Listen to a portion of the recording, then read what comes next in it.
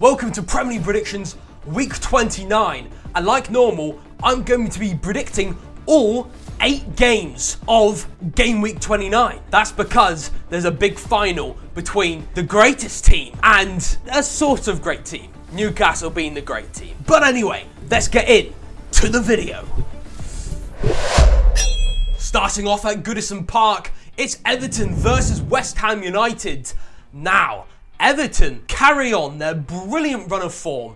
David Moyes, an absolute genius, down to the last minute detail, isn't he? 8 games unbeaten now. I don't see them losing against West Ham. West Ham are in 16th position, and they're on the same points as Everton. I mean, they're literally practically in the same position. West Ham, they were a bit unlucky to lose to Newcastle. I do have to admit, I am happy that Newcastle won against West Ham, but it wasn't exactly an amazing performance by Newcastle, neither West Ham. Both were quite equal, and I probably deserved to be a draw. But anyway, I don't think they've been doing terribly in recent time, West Ham. And I think they can give Everton a right knocking. I mean, look at it. Everton have drew quite a bit in recent time. And they are doing really well. And they could easily get a win here. But I don't know. West Ham, their defensive structure under Graham Potter looks much better. Especially against Newcastle United. They did have a 5 at the back. But those 5 at the back defended really well. They were always positioned in the correct position to stop the likes of Isak properly running through their defence. And they did well, but they didn't score and they still lost that game. But there is promising stuff under Graham Potter, especially on the defensive side. So I think this is going to be low scoring. Both teams have really good defences, so 1-1 in quite a close and low scoring game. Moving over to the St Mary's, still on the 3 PM kickoffs on the 15th of March, and it's Southampton versus Wolverhampton Wanderers. The gap is getting bigger and bigger. Wolves just secured another point, this time against Everton. And I know Wolves are missing Cunha, but that was my excuse and reasoning to why I thought Everton would win. And Everton didn't win, even without Cunha. So that's pretty good on Wolves' side. And they did not play bad whatsoever. They played decently well against Everton. And facing Southampton, it cannot get any easier than that. I mean, they gave it a good shift in the first half against Liverpool, but still, they still lost it 3-1, and it wasn't fantastic by Southampton. And I'm gonna have to just look at the sides, and even without Cunha, Wolves are better than Southampton. I'm sorry, Southampton. This is probably one of the more winnable games, so if someone would go for a draw, it would make sense. But Wolves have proved they don't need Cunha to pick up points, and the whole squad at Wolves is definitely looking better than it was near the start of the season. I'm going 2-0 to Wolves in a quite comfortable game, but I'm sure now and again Southampton will have a few attacks which might threaten Wolves a bit and will give Wolves a good game. Moving on to Portman Road, it's Ipswich Town versus Nottingham Forest.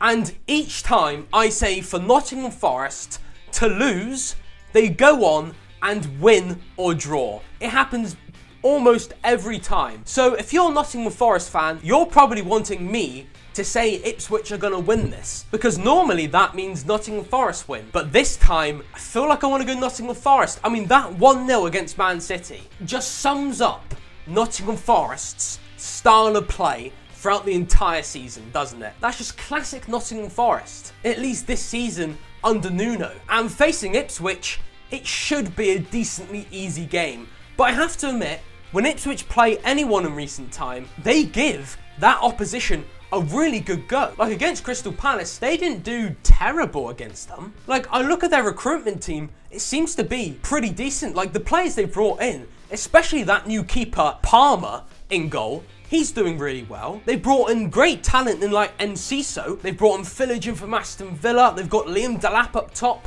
Like, I feel like they've actually got decent players. I think they've got a much better squad than Southampton and Leicester. But against Nottingham Forest, I seem to always go against Nottingham Forest. I kind of want to go draw in this one because I feel like Ipswich Town have put fights up in multiple games and they don't look half bad sometimes. They don't look bad at all. But I'm going to have to go Nottingham Forest. I'm going to have to be logical and go for the better team. 2-1 to Nottingham Forest. But this usually means Ipswich, you're probably going to win this game because it seems to always be when I go against Nottingham Forest, Nottingham Forest win, and vice versa. So it's definitely going to be interesting to see how this game will plan out. Moving on to the Etihad Stadium, it's Manchester City versus Brighton and Hove Albion, and Man City lost it against Nottingham Forest with a decently strong side. You couldn't score. You couldn't play against Nuno Espirito Santos' genius plan. But considering Brighton are doing so well, are they going to be able to get back on winning form, Man City?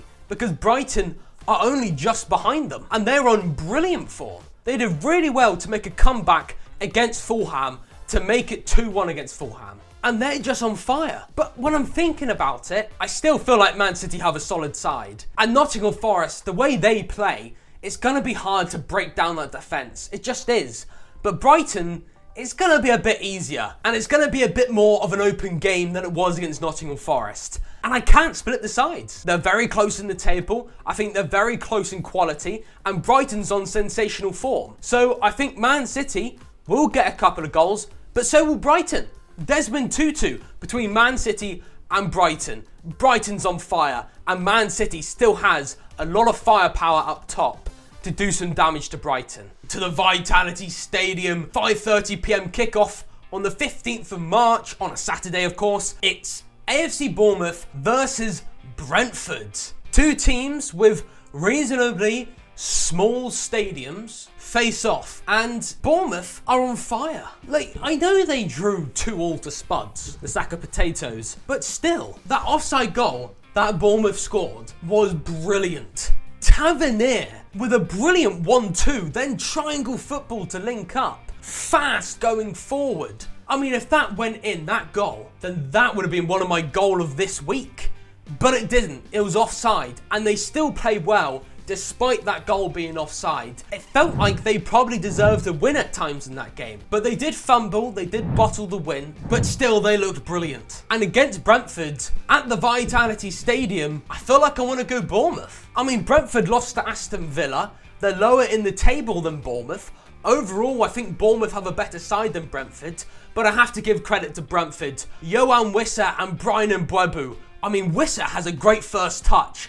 I seen him in the last game, despite losing to Aston Villa. He had a great first touch, and Mbeumo, his crossing ability is really good as well, and they both have a lot of pace. So I'm going to give a goal to Brentford, but I feel like Bournemouth, after not getting 3 points against Tottenham and playing pretty well, and overall this season playing really, really well, I think they deserve this win, and they're going to be able to score loads against Brentford. You do have to admit, Brentford have conceded a lot of goals this season. Like, when I say a lot. So I'm going 3-1 to Bournemouth at the Vitality Stadium.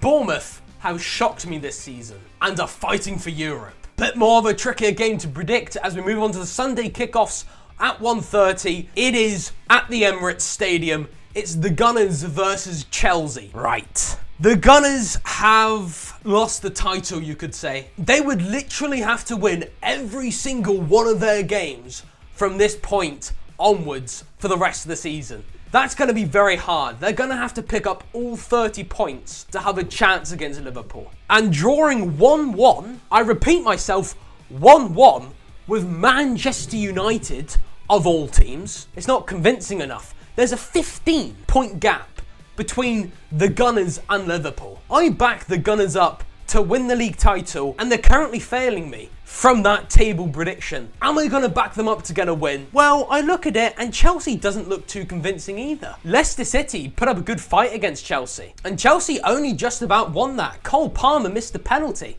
I mean, he is feeling a bit ill, so it's understandable why he would miss the penalty, and I'm pretty sure he's going to be fine for this game. But Arsenal, Bukayo Saka, I thought was returning for this game. But no, he's not returning to April. That's a huge player still not here that Arsenal seriously needs. I'm going low scoring like it was in pretty much every single Arsenal game in recent time. I'm going 1-0 to Arsenal. Again, I'm not convinced by Chelsea. They won just about against Leicester and they won against Southampton. Those are two of the bottom teams in the Premier League. So it's understandable why they won. And I felt like on another day, Arsenal, the dominance they've shown against Man United, I felt like on another day they could have easily won that game. To Craven Cottage, the Cottagers versus the sack of potatoes, Tottenham Hotspur of course. Tottenham did terrible against AZ Alkmaar. in the Europa League in the first leg. I mean, it was sluggish and slow by Tottenham. The defence wasn't too bad against them, but still, they still lost it, and they are yet to play the second leg.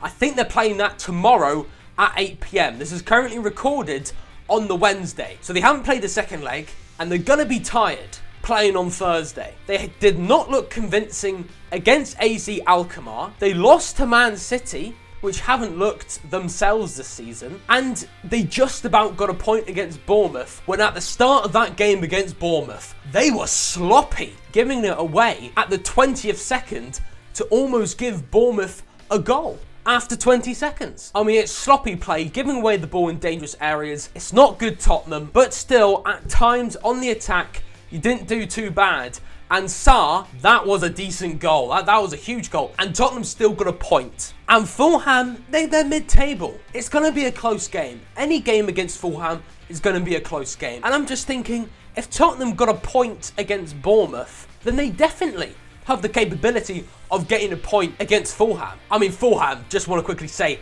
Alex Iwobi, what a cross, and Raul Jimenez. The best thing about that was his touch. A lot of people, when you get that touch, always fizzles out too far to the left, or the touch goes too close to the keeper. Not him, a great goal. And Fulham, I don't see them losing it. Because if Alex Iwobi and Raul Jimenez, what I just said, can do exactly that against Tottenham, especially against sloppy passing Tottenham, they will get at least a goal and at least a point. And that's exactly what they are going to get. I'm going 1-1 between Fulham and Tottenham. Cannot split the sides. Honestly, Tottenham, you look good. You're going for a good spell, but you're starting to trail off of that. But I also see some good signs, like against Bournemouth. It's hard to split them. Vicario's back in goal, and good job Vicario is back in goal, because if he wasn't in this game, I would most probably go for Fulham. To the 7 p.m. kickoff on the 16th of March on the Sunday, it is at the King Power Stadium, Leicester City versus Manchester United. Now, Manchester United, they are trying to build a new stadium for £2 billion. £2 billion on an entire new stadium. This stadium is now going to be better than the actual team itself, because they are not looking good at all. I mean, they got a draw against Arsenal. I have to give credit to them there. But it was only because Arsenal didn't have their attackers. They looked good at times in that game, but overall, they didn't look amazing. And in many games this season, they haven't. And considering Leicester, on how Van Nistelrooy set up against Chelsea, was really good. I mean, yes, they didn't have the shots or anything, but they changed it. They changed their plan to catch Chelsea out. Because Chelsea, Enzo Maresca even said it, had no clue that Van Nistelrooy was going to play that 3-5-2. And they almost got a 0-0 draw out of it. And Hermansen, I rate as a Leicester City goalkeeper. A great save against Cole Palmer. And overall, Leicester, it wasn't too bad.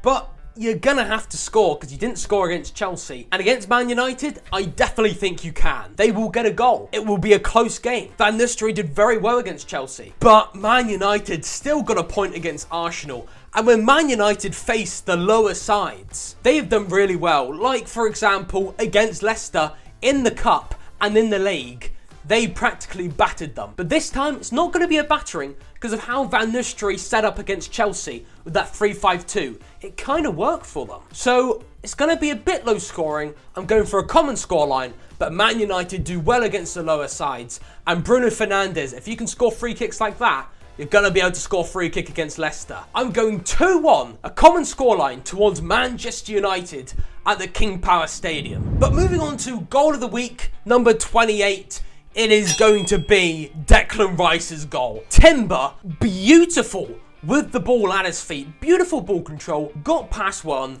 See you later, into Declan Rice. What a goal. But how did I do? In game week 28, I got 4 points. Not good, don't want to speak about it. Overall, that puts me on 143 points out of 562 points. But one thing that you can improve is this next video's views by actually viewing it. So, toodle pip.